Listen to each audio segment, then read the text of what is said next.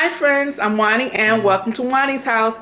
Today's video is a collaboration that is being hosted by myself and my girl V over at Style by V, and we are hosting the semi-homemade collaboration. Now this collaboration is actually inspired by Sandra Lee and the show Semi-Homemade. And if you want to find out how we even came up with this collaboration, I will leave that open invite in the iCard above. So for this collaboration, we asked that all the participants share something that is semi-homemade, just like Sandra Lee would do. She would take something that is store-bought and then she would put her own twist to it, and so it made it semi-homemade. And she always ended the show with some type of signature drink. So we thought that this would be a great collaboration, especially since Easter is this coming Sunday, to give you guys some ideas or things that you could possibly create for your family or your Easter dinner that are easy, won't take a lot of time in the kitchen, and that are semi-homemade. So I am going to create this.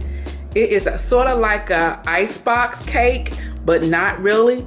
Guys, I made this cake about 3 years ago for an event here at my house, and it went over like hotcakes. So it is semi-homemade, and the items that you would need, you're gonna need a yellow cake mix. So this was purchased from Aldi's. You're gonna need some, I'm using strawberry jello, or you can use what other flavors that you would like. Orange is also really good with this. You're going to need some crushed pineapples. I have my lemons here, and I have my Cool Whip, or you can have the original Cool Whip topping from Kroger or wherever you get it. You're going to need a blender as well as a cake pan. This is a 8x11 cake dish, baking dish. And basically what we're going to do is we're going to follow the directions that are on the back of this cake mix. We're going to do this just like it's suggested, and we're going to go ahead and place it in the oven. And this is at 350 degrees for 25 minutes. So I'm going to go ahead and get that started, and while that will be baking, I am going to begin boiling our water so that we can begin with our jello mixture. Okay, so the first thing that I want to do that we're gonna alter for this dish is, because it's a regular yellow cake, I want to add some lemon into it. So I cut my lemon in half here, and we're just gonna go ahead and we're gonna get all that good juice out of the lemon. Okay. So we're going to do that on both sides of this lemon. It's a lot of juice. And you guys know that if your lemon is like really firm and to get all the juice out of it, if you just put it into the microwave for like 30 seconds, it will loosen up the lemon and you get all the good juice. So we're going to put this to the side because we're going to use these peels momentarily. Okay, now we will go ahead and follow the instructions. That was a seed. We're going to follow the remainder of the instructions and go ahead and prepare this cake as instructed.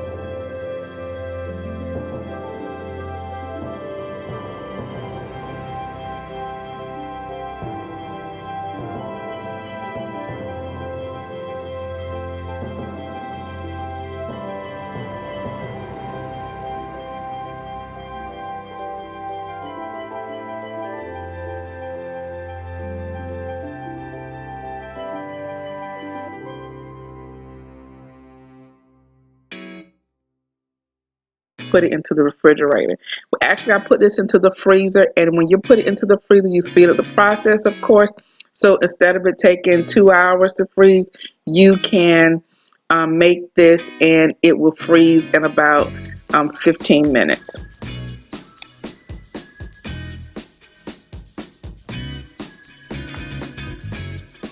Okay, so now that our Jello is frozen, we don't want it to be very frozen. It needs to be a little bit runny, so I'm gonna really kind of shred it apart with the fork here. And if you have to, you can put this into your microwave for like 30 seconds because you want it to be a little runny. So that's what I'm going to do here because it actually froze up a little too firm for me. But I need it to be like a little runny, and you'll see momentarily because I need it to be loose enough so that I can actually scoop it out and pour it on top of our cake. So I have my cake here, I'm loosening it up and then patting it, and then I'm going to be able to lift it off of the pan and we'll begin to start assembling. So this is what the Jello needs to look like. It needs to be partially gelled, but it needs to be spreadable. And so I poked holes into the cake, and so all of the Jello, some of the juices of the Jello goes into the holes. And then so we're just going to make sure that we have enough of this all over on the top of the cake.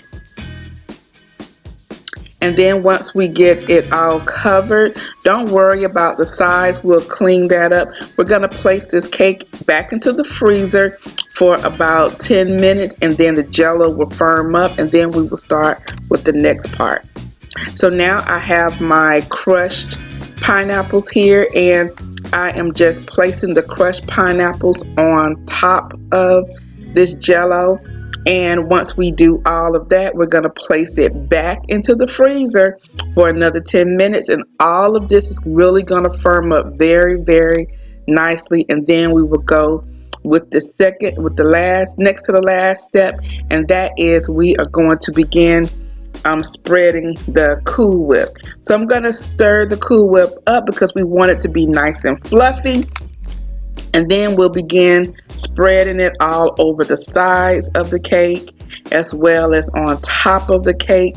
Now, it is okay if some of your Jello and your pineapples get on the outside of your Cool Whip because we're actually using this as an icing. It is okay because you want your guests to be able to see some of the red and the golden color of the pineapple. It looks really pretty. And then once we get all of that covered, we're going to clean up the outside of our plates.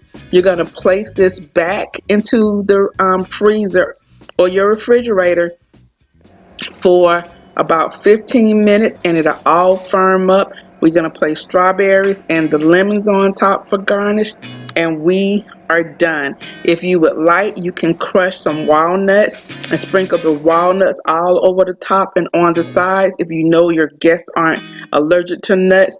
But this is so freaking good, guys. I promise you, your guests will love it. It is perfect for this spring and summertime. It is very refreshing. It is very filling.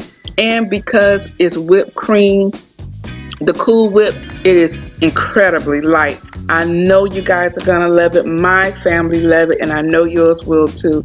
So I want to thank my co-host V for co-hosting this amazing collaboration. I also want to thank all of the participants who are participating in this Food Network Sandra Lee inspired semi-homemade collaboration. Guys, make sure you go and check out each one of the participants.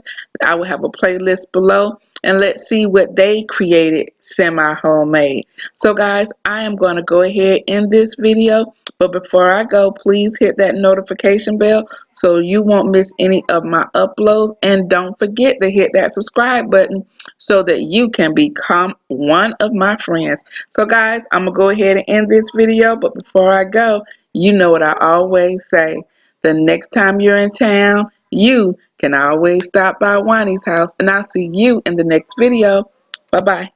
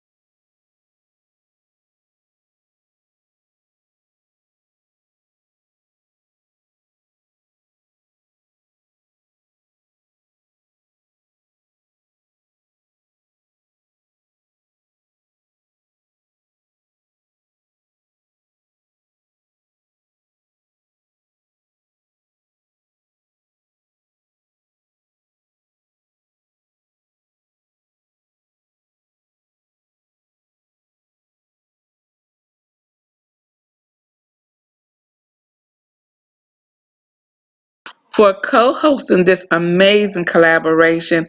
I also want to thank all of the participants who are participating in this Food Network Sandra Lee inspired semi-homemade collaboration. Guys, make sure you go and check out each one of the participants.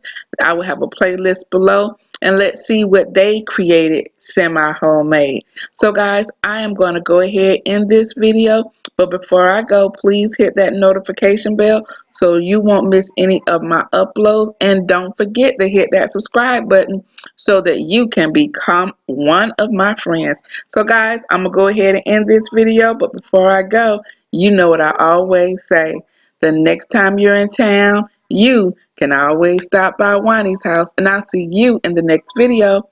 Bye bye.